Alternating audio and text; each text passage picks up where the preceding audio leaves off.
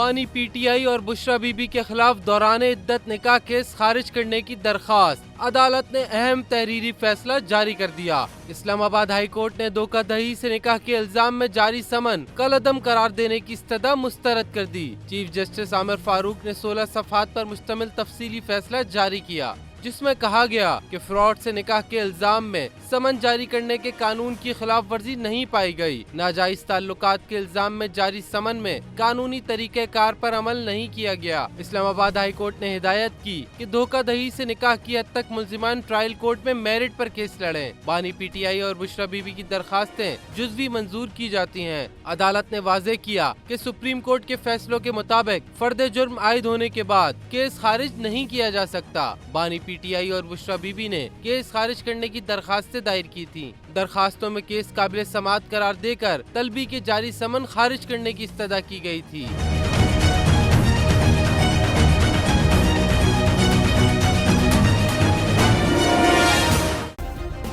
Subscribe करें और bell दबाएं ताकि कोई खबर रह न जाए।